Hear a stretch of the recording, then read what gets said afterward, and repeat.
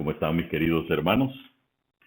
En la emisión anterior tuvimos la oportunidad de ver eh, el mensaje que se le revela a Juan para que él a su vez lo revele en el libro de Apocalipsis respecto a la situación y posición de 7 iglesias específicas.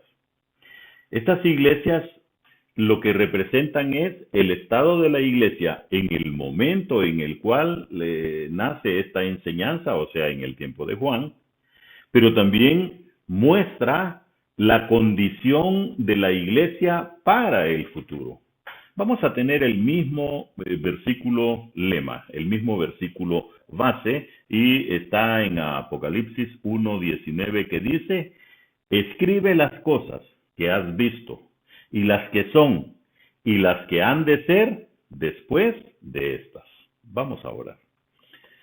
Gracias Dios por este momento. Gracias por esta enseñanza. Gracias Padre porque tú con una absoluta certeza nos muestras la condición de la iglesia en la actualidad. Nos enseña Dios todos aquellos aspectos que han ido permeando tu iglesia. Todos aquellos aspectos que han ido dañando tu iglesia, y nos muestra la condición de nosotros en relación a esos daños. Por eso Dios te damos gracias, porque este es un correctivo que tú pones a nuestra vida. ¿Qué estamos haciendo? ¿Cómo nos estamos comportando como iglesia? ¿Qué estamos haciendo bien? ¿Y en qué cosas estamos fallando? Gracias Dios por esta oportunidad. Gracias por esta revelación. Lo hacemos con gratitud en el nombre que es sobre todo nombre, el nombre de Cristo Jesús. Cuando Juan recibe este mensaje, él lo escribe y estaban ocurriendo cosas precisamente en las iglesias. Y hoy vamos a ver que el Señor Jesucristo destaca varios peligros que están ocurriendo en estas iglesias. En el capítulo 2, en los versos del 6 y 15, nos enseña sobre los nicolaitas.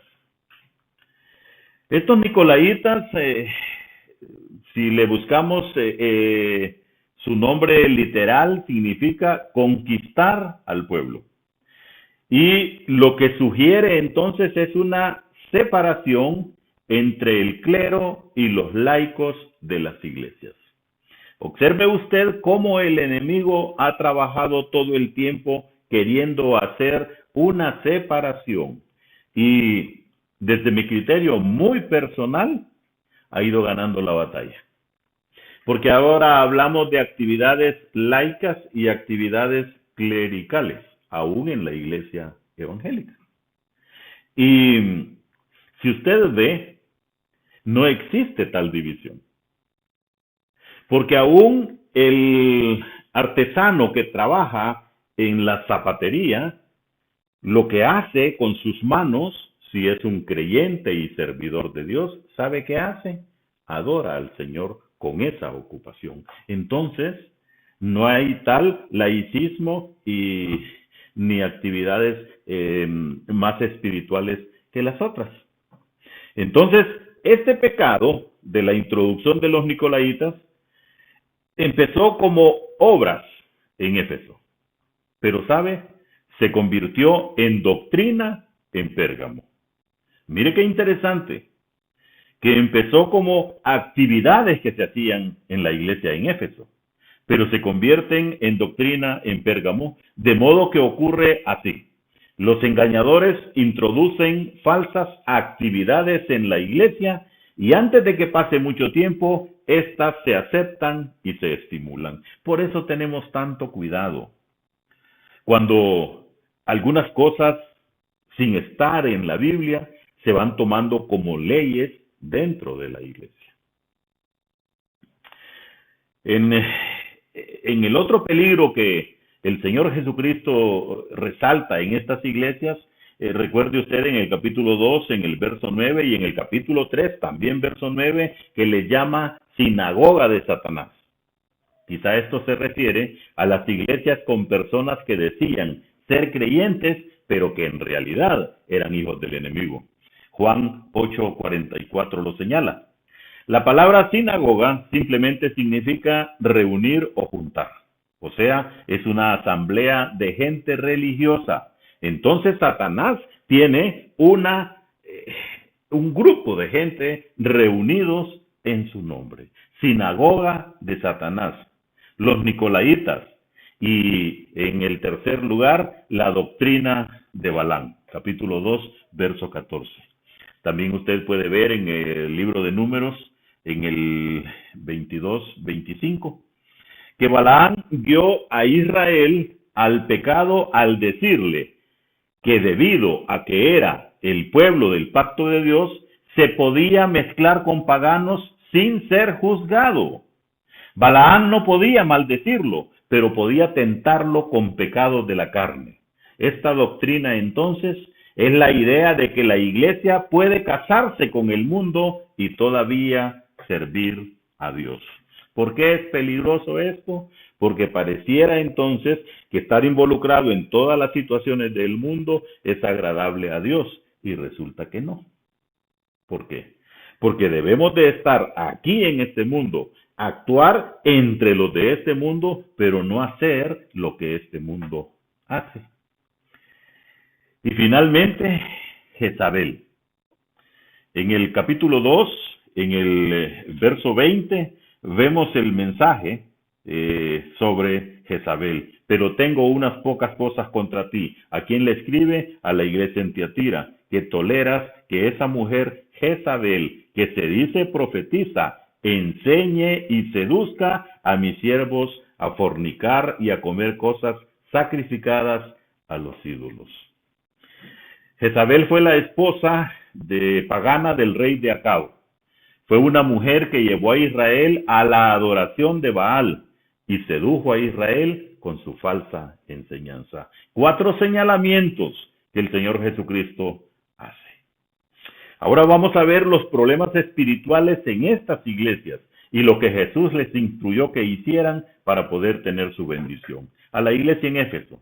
Era una iglesia muy atareada, trabajando para el Señor, pero sin ningún amor sincero por Él. Ojo al activismo, ojo a los programas sin pasión. Esta es la iglesia afanada por las grandes estadísticas, pero que se aleja de una entrega de corazón a Cristo.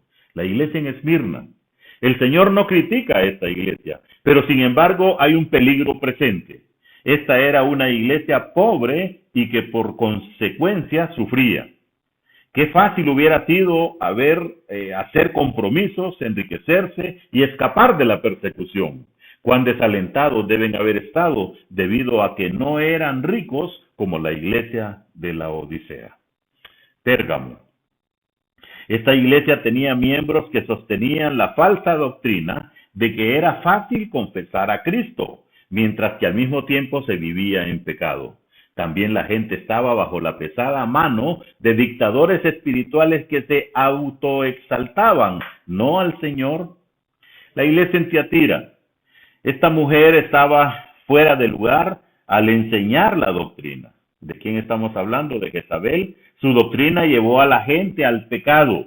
Debemos mantener el orden de Dios en la iglesia local. Recordemos 1 Timoteo 2:11, 12:15. La iglesia en Sardis, la reputación sin vida. Sus mejores días estaban detrás. Esta es la iglesia que se ha ido, o que ha sido. Un gran nombre en el pasado, pero sin ministerio hoy. Está lista para morir, pero puede recibir nueva vida y afirma lo que tiene. Filadelfia, la iglesia ante la puerta abierta que lleva al evangelio del mundo. Esta es la iglesia que sostiene la palabra y honra al hombre de Cristo. Pero la sinagoga de Satanás no está lejos y siempre hay el peligro del compromiso. Y finalmente, la iglesia en la Odisea, la iglesia tibia y apóstata, con un gran presupuesto, y nada de bendición. Esta es la iglesia que es rica en lo material y pobre en lo espiritual. Y la tragedia es que la gente no sabe cuán pobre y miserable son en realidad. Cristo está fuera de la iglesia, llamando a que tan siquiera un creyente se someta a él. ¿Cuál es la condición nuestra hoy? ¿Cuál de estas iglesias nos retrata fehacientemente? No lo sé. Haga usted un autoexamen. Ahora, ¿cuál debe ser nuestro compromiso? El mismo de siempre. Un compromiso real con las escrituras, con el conocimiento bíblico.